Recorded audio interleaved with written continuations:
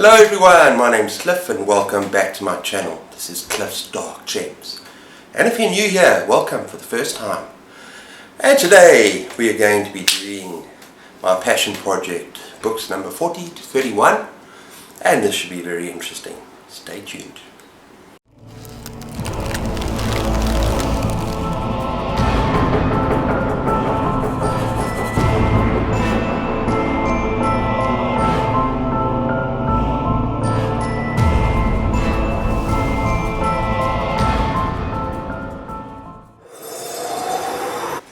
Okay everyone, so this series has been going for 6 episodes so far. This is episode 7. So we're nearing the end, which makes things very interesting. And this is an interesting mix of horror, fantasy and other things you will not expect. There's a couple of surprise entries here. So yeah, you need to stay tuned for the final couple of choices. But let's go into the choices.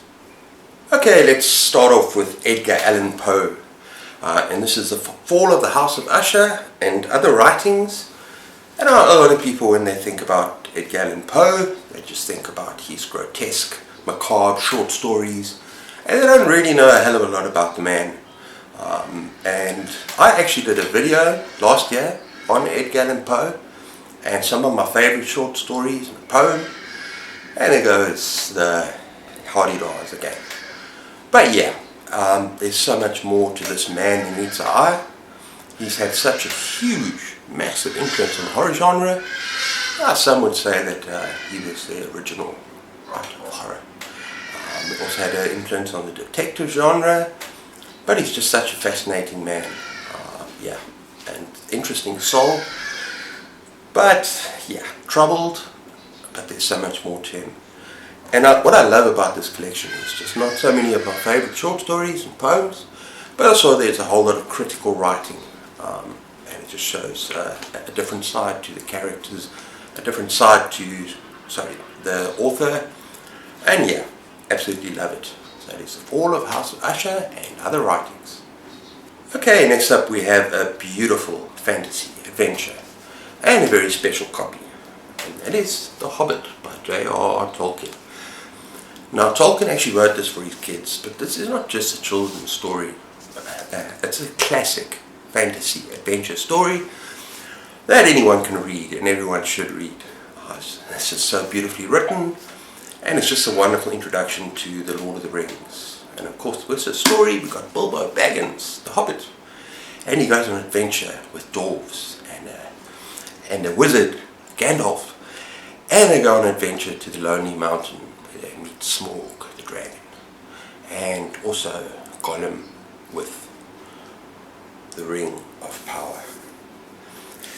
And yeah, I really enjoyed this, and it's a great introduction to the whole Lord of the Rings thing. Look, it is a children's story, the pacing is slightly different, easier to read than Lord of the Rings, but it's just a wonderful introduction to the backstory.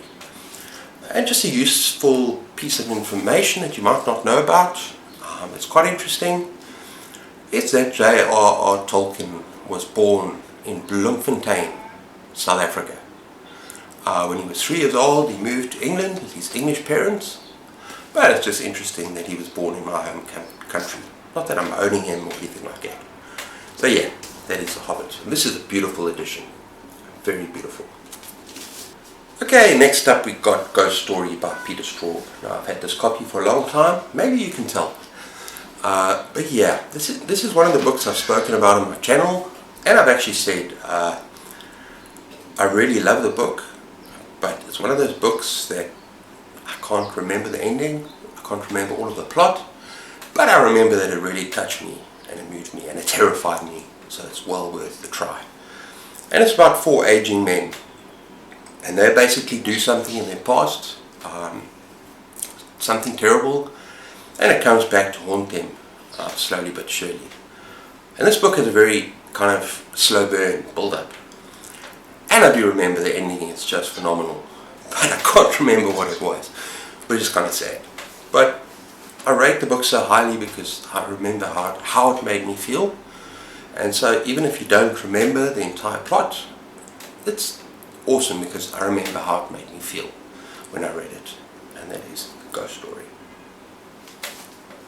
Okay, next up we have the one and only H.P. Lovecraft, The Call of Cthulhu. I hope I'm pronouncing that correctly, like I did on my channel last night. And other weird stories.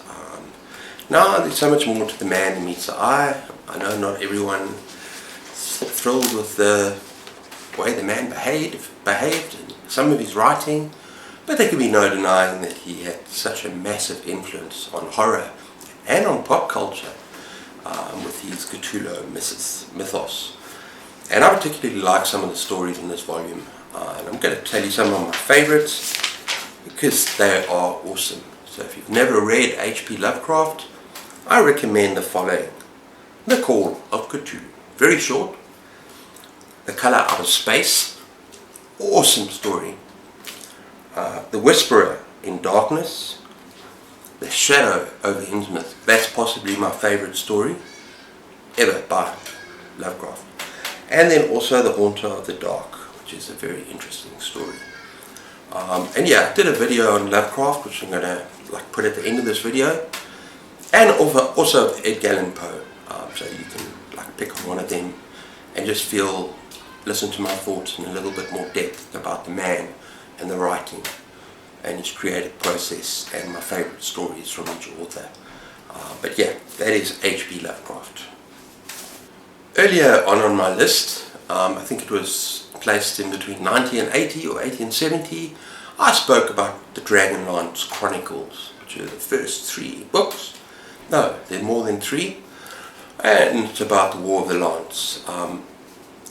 My favourite of that whole series is the next Dragonlance Legends, and that is the Time of the Twins, the War of the Twins, the Test of the Twins. I've actually got the individual books as well. And I can't say enough about the series. This was such an incredible impact on my youth, and I would love to reread them. And what's interesting about this particular series, it's like a war between brothers. I'm not going to say anything more about the plot. I don't want to spoil anything if you haven't read the Dragonlance Chronicles. But the writing is better, the character work is so much better, and the story just seems more mature, and just goes places, dark places that the original trilogy, or 5 books or 4 books, I can't remember. This goes places where it didn't go before. And it's a beautiful, beautiful book with dragons and magic and wizards and brothers fighting and all sorts of stuff. That is just absolutely awesome. So yeah, that is Dragonlance Legends. Okay, for the next one I got a bit of a battered copy of a book that was required reading for me at university. That is William Faulkner, The Sound and the Fury. Now, this is a very difficult book. Faulkner himself said it's a bastard of a book. It requires patience. It requires a little bit of kind of slow reading and just getting through it. And the first part of the book is the worst part of the book, the most difficult. But let me just tell you what it's about. It's about this very, very, very dysfunctional, messed up family.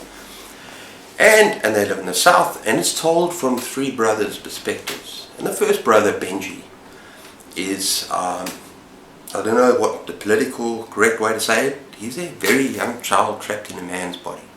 He has no concept of time, of linear time, of anything.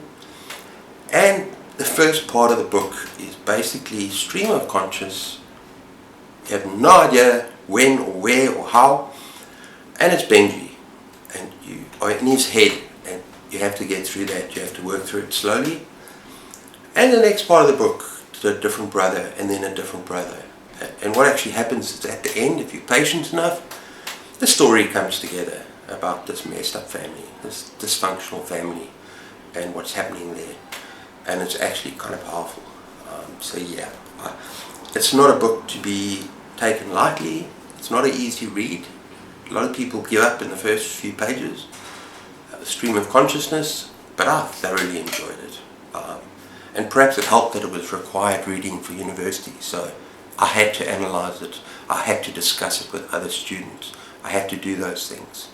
But yeah, that is The Sound and the Fury with William Faulkner. The next book, Toady by Mark Morris. A hugely underrated horror gem with serious it vibes. I thoroughly enjoyed this book, and I did a whole review on this book again, a full review, and it does remind me a bit of it. And I think some people would actually say it's better. And it's about these boys, and they form this club called the Horror Club. And then there's a new member, and they hold a seance, and they release this terrible evil on this town.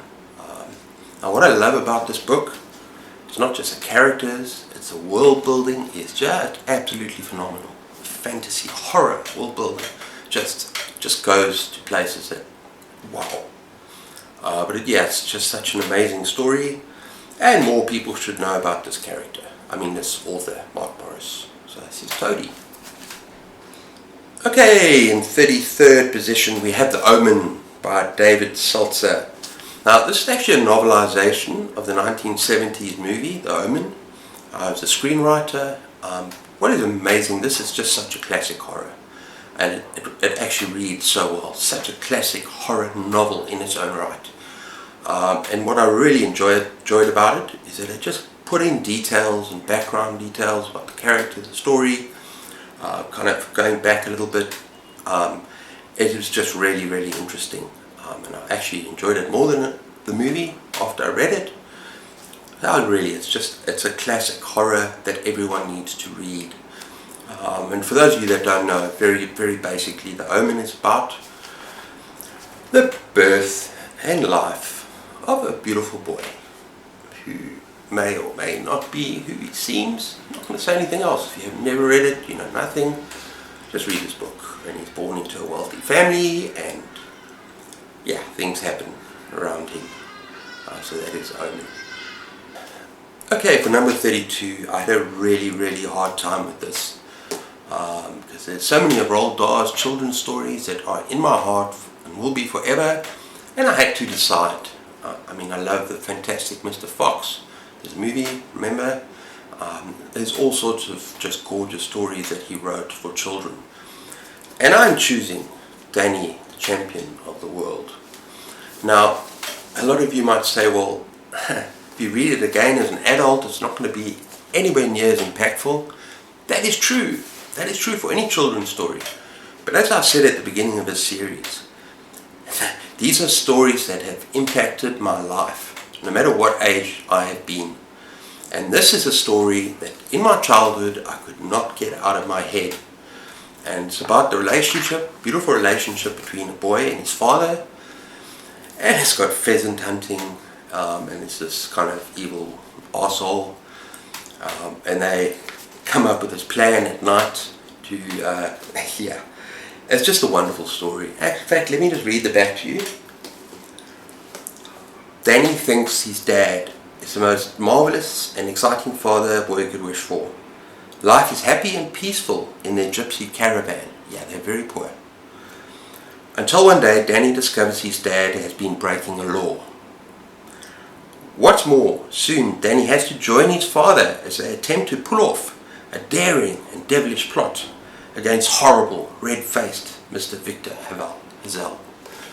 Now I think it's some kind of poaching thing, but it's just so well done. And the story stayed in my heart, maybe because of the relationship between the father and the son. And it's not something you can really explain, just how powerful some children's books are to you at the time. That's my choice, Danny, the Champion of the World.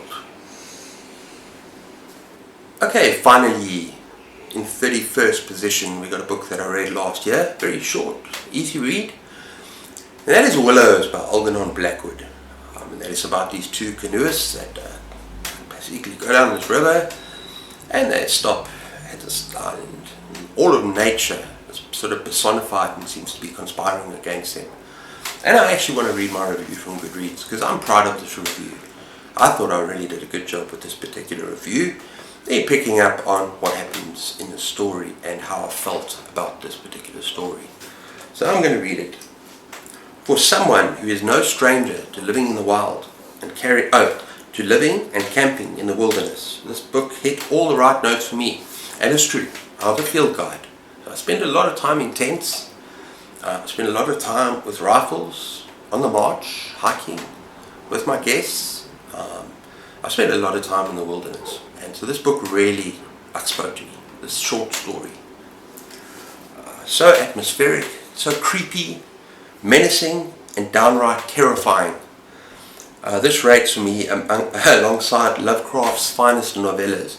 Well, it obviously rates above his novellas because it is above his novellas. I really love this novella. It is actually a novella. No need for blood and gore. That's another important thing. Sometimes it's horror, you don't need gushing blood and stabbing and killing and wounding. This is intense psychological horror, otherworldly horror at its best. So yeah, I'm not going to say too much more about that. Highly recommended. I absolutely love Algernon Blackwood, and I will continue to read him. Right. Okay everyone, that was my episode 7, 41 to 30, my passion project, top 100 books of all time. I hope you enjoyed that. Let me know which of these you've read. What do you think of my choices? And yeah, until next time, take care of yourselves. And yeah, look out for from the top 30. That's going to be brilliant. Now we're getting serious stuff. I had to really think carefully about these books. But we're going into my 30 to 21 next week. So yeah, stay tuned for that. But look after yourselves, keep those pages turning, and cheers.